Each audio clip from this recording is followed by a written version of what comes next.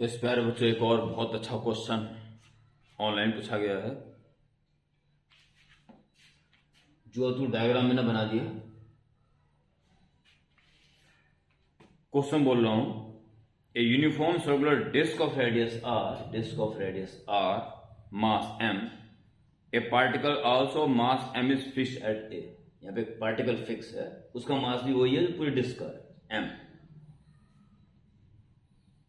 As so disc can rotate about pq, इसके about rotate कर सकती है एज सो। AC PQ के परपेंडिकुलर है तो वर्टिकल होगी,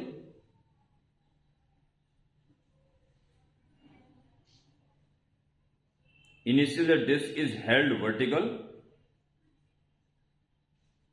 with A at highest point. It is then allowed to fall so that it starts rotating about PQ। ऐसी condition शुरू होगी। फिर अगली पिक में है क्वेश्चन बाकी। Find the linear speed of particle as it reach its lowest point. जब सबसे नीचे आ जाएगा तो उसकी लीनियर स्पीड क्या होगी ये निकालना है। बस क्वेश्चन सिंपल ही है, बिल्कुल सिंपल क्वेश्चन है।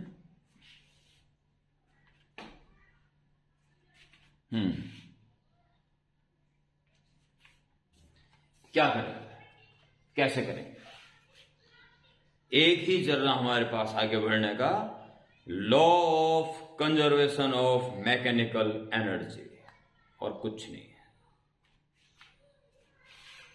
देखिए जब ये लोवेस्ट पॉइंट पे आ जाएगा तो ये मैंने PQ बना दी और ये पोर्शन ऊपर आ जाएगा और ये पोर्शन नीचे आएगा। ठीक है जी।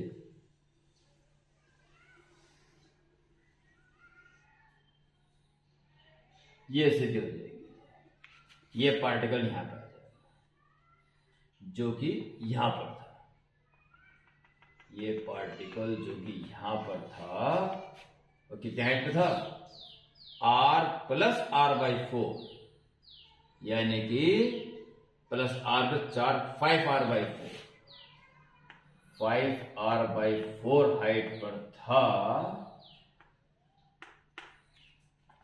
R प्लस R/4 ना,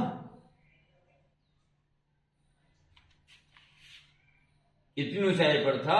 अब ये घूम के इतनी ऊंचाई पे आ गई, 5R/4 यहां पे आ गया।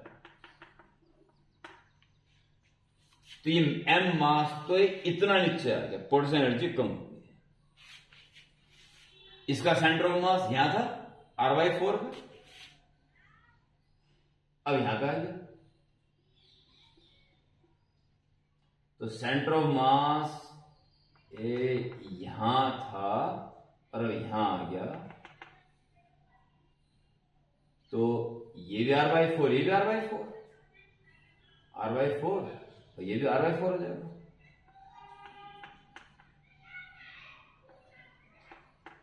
R/4 ये, ठीक है। तो इतनी बड़ी बात तो दिखाई नहीं दे रही। According to law of conservation of mechanical energy,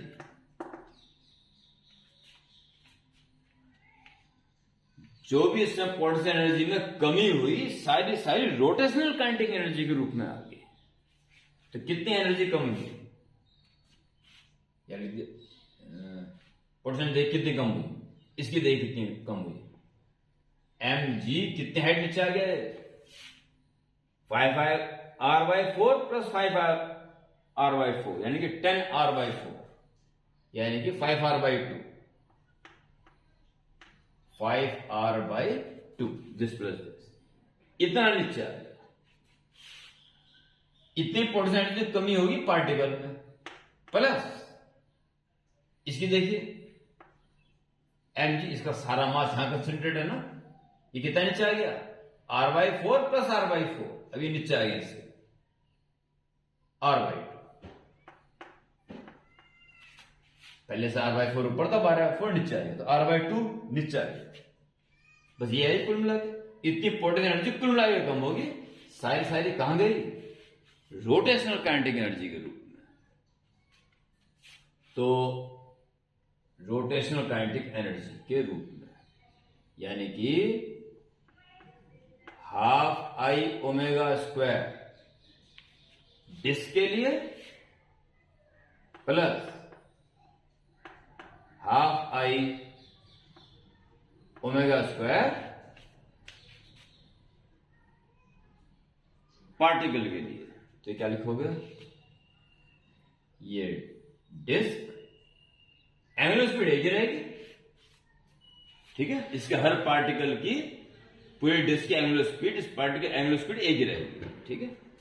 तो ये मोमेंट ऑफ इनर्शिया डिस्क का और ये पार्टिकल का, ठीक है। ओमेगा निकाल दो पहले, तो ओमेगा निकल जाएगा तो लीनियर स्पीड अपना निकल जाएगी। फिर रेडियस हो जाएगी कितने? r plus R by 4। इस रेडियस में मूव कर रहा है तो v तो निकल जाएगा, ओमेगा निकाल दो पहले आप। तो mgr तो आइए कॉमन 5/2 प्लस 1/2 6/2 यानी कि 3। ओके, आ गया। और उधर हाफ और ओमेगा स्क्वायर कॉमन ले लें। पार्टिकल का moment of inertia M R square, M और किसका स्क्वायर, किस रेडियस से काट रहा है? 5r/4, 5r/4। इसका मोमेंट ऑफ इनर्शिया हो गया, प्लस डिस्क का मोमेंट ऑफ इनर्शिया। ये है जरा सी बात, ये जरा सी बात है, तो इसको स्पेस देनी पड़ेगी। देखिए हाफ कॉमन आ गया और जी ओमेगा स्क्वायर कॉमन आ गया। पार्टिकल मोमेंट ऑफ इनर्शिया आसान है, एम और आर का स्क्वायर, और आर है इसके लिए r प्लस r/4, 5r/4। अब रह गया moment of inertia of disc.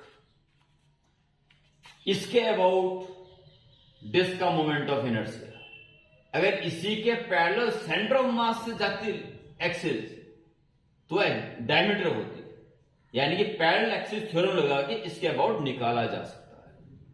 तो इसके about moment of inertia is equal to इसी के पैरेलल सेंटर ऑफ मास से जाने वाली moment of inertia 1/4 mr²।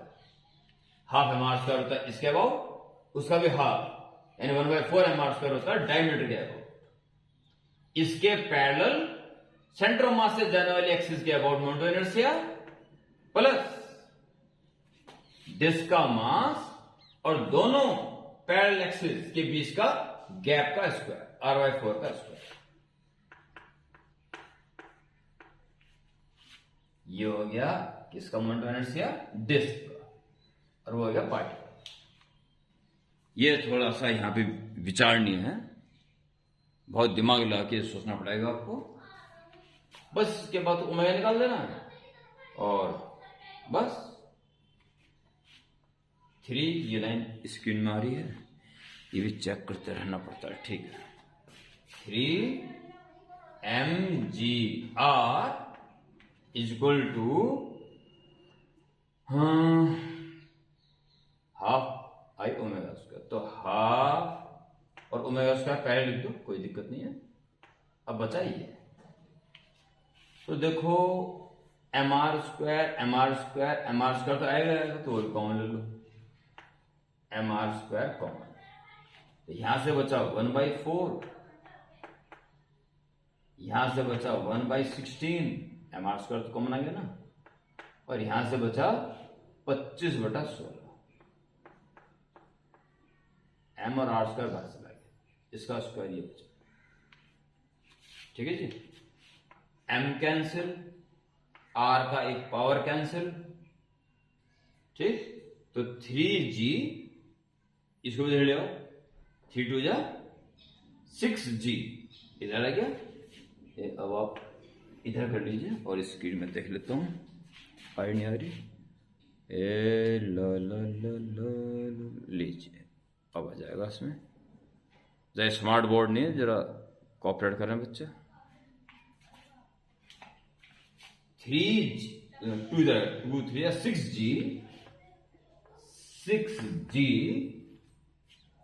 Is equal to omega square, एक आर बच गया, ओमेगा स्क्वायर एक आर बच गया।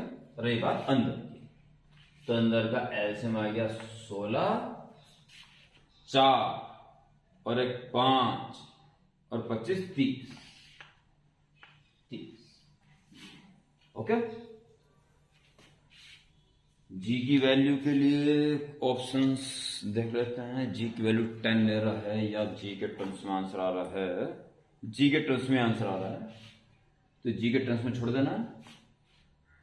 6 5 जा 30, तो ओमेगा स्क्वायर आ गया आपके पास, कितना आ गया? 16G और divide by 5R, 5R upon में आ गया 16G के साथ आ गया। ठीक है जी, ओके। अब आप क्या करेंगे इसमें? ओमेगा इंटू, अच्छा वो तो चाहिए, चलो ओमेगा कर लो पहले, इसका 4 हो जाएगा, बाकी अंडर के अंदर G बाई 5R। ये ओमेगा डिस्क का भी है और पार्टिकल का भी है, इसलिए पार्टिकल की लीनियर स्पीड,